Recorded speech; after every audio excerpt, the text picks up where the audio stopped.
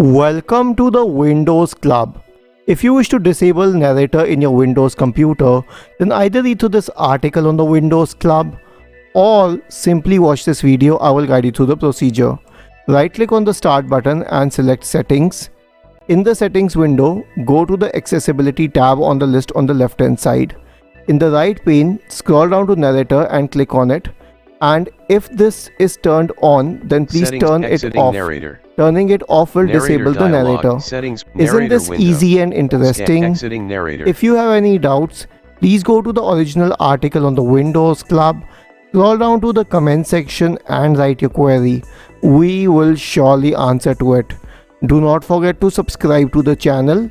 Thank you for watching this video and have a nice day.